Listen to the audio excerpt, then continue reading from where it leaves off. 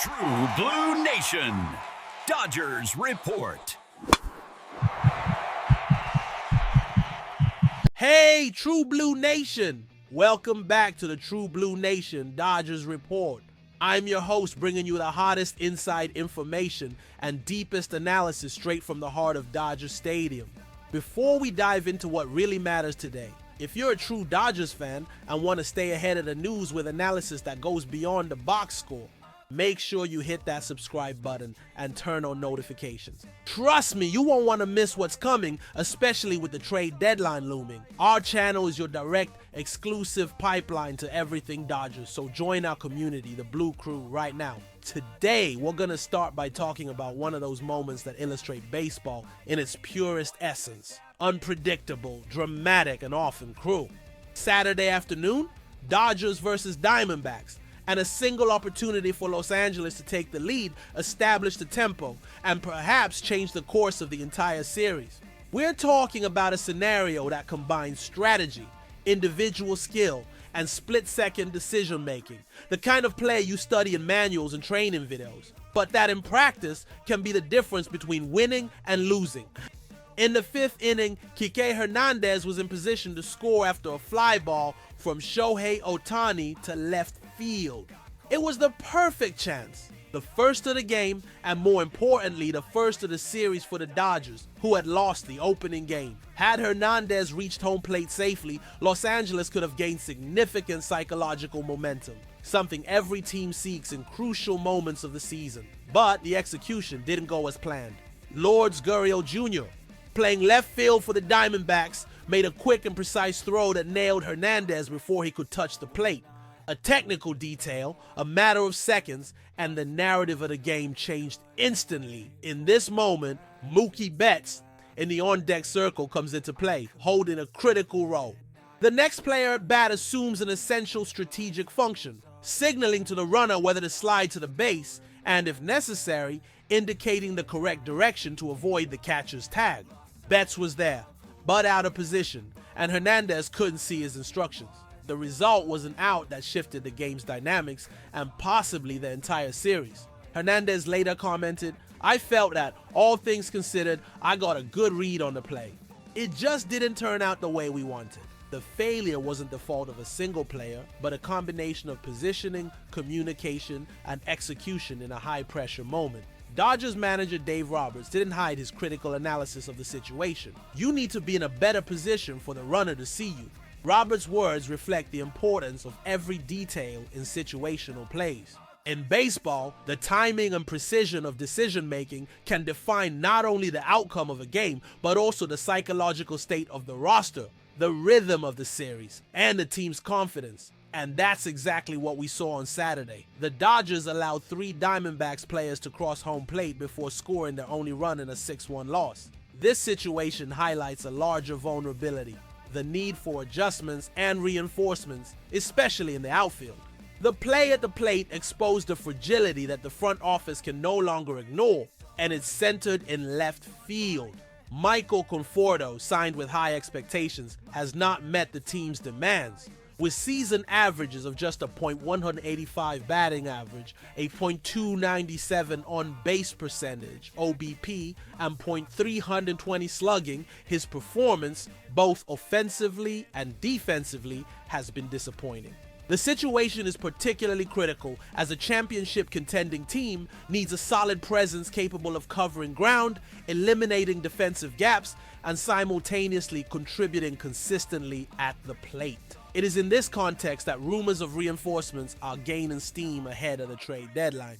According to my sources, one name is circulating with great intensity in the halls of Chavez Ravine: Stephen Kwan of the Cleveland Guardians. He has been identified as the ideal target. Kwan is not just a player with a strong batting performance. He combines discipline, game vision, and the ability to make quick decisions on the field. These are attributes that translate into a high OBP, efficient defensive coverage, and a reliable presence in crucial moments. He would represent an immediate upgrade for the Dodgers, replacing Conforto and raising the team's overall level. Kwan is 27 years old and has already built an impressive track record. 2 All-Star Game selections, 3 Gold Glove awards, and crucially is under team contractual control until 2028. He will not become a free agent until then and is projected to receive a 6-year contract estimated at around $122 million when he hits free agency.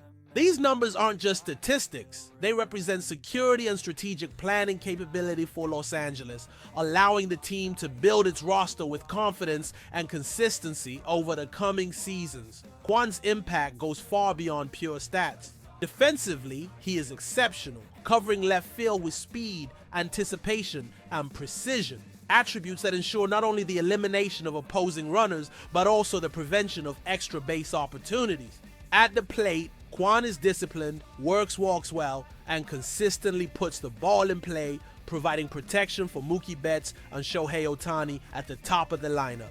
Strategically, this means applying constant pressure on opposing pitchers, increasing the probability of scoring runs and allowing the lineup to function cohesively. Analyzing the Dodgers' tactical situation, it's clear the team is at a critical juncture. With Max Muncy still playing at a high level and Tommy Edman set to return to second base full-time, these moves open up room for additional adjustments. The trade deadline represents a unique opportunity to add proven talent that can make an immediate impact. And Steven Kwan offers exactly that. A solution combining offensive impact, defensive excellence, and contractual control. Returning to the Hernandez and Betts play, it's fascinating how small details can alter the outcome of a series. One more second, a slightly different positioning, and the Dodgers might have left that game with a completely different psychological and numerical advantage. A player like Kwan could reduce the risk of communication errors, improve base running execution, and strengthen collective confidence. Team chemistry is just as important as individual skill. When a runner feels they can trust the on-deck hitter's instructions, performance improves and mistakes decrease. Comparing Kwan to other outfielders in the league, we can clearly see what he offers. He combines the discipline of a Joey Votto at the plate with the defensive intelligence of Mookie, but without demanding the same constant emotional pressure. He provides a consistent OBP, reliable defense, and strategic presence, characteristics the Dodgers currently lack in left field. His addition could transform not only the offensive efficiency, but also the team's tactical cohesion.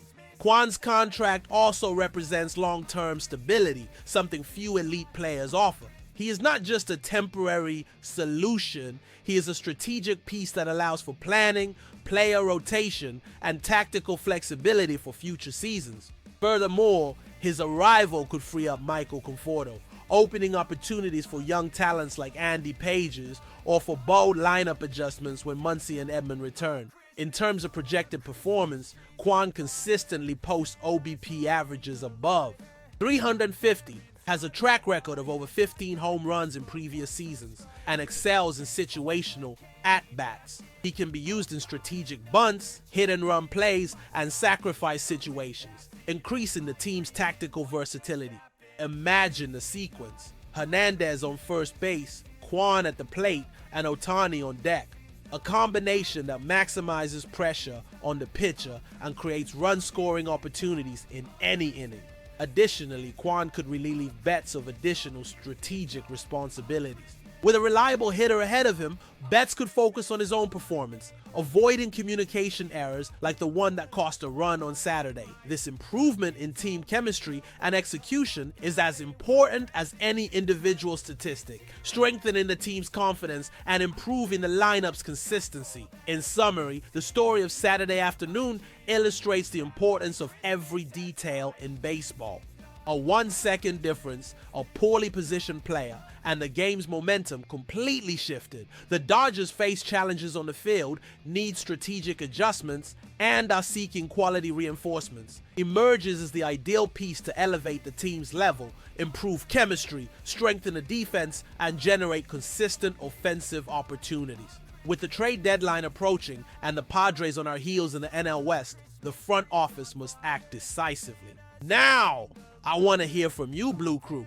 What do you think? Is acquiring Steven Kwan the move that would put the Dodgers on the right path to the World Series? Or do you believe the solution is in-house? Leave your comments below. I want to hear every one of your opinions on this strategic move. And don't forget, for more exclusive news, detailed analysis, and rapid updates on the Dodger, subscribe to the True Blue Nation, Dodgers Report, and turn on those notifications. You won't want to miss a thing.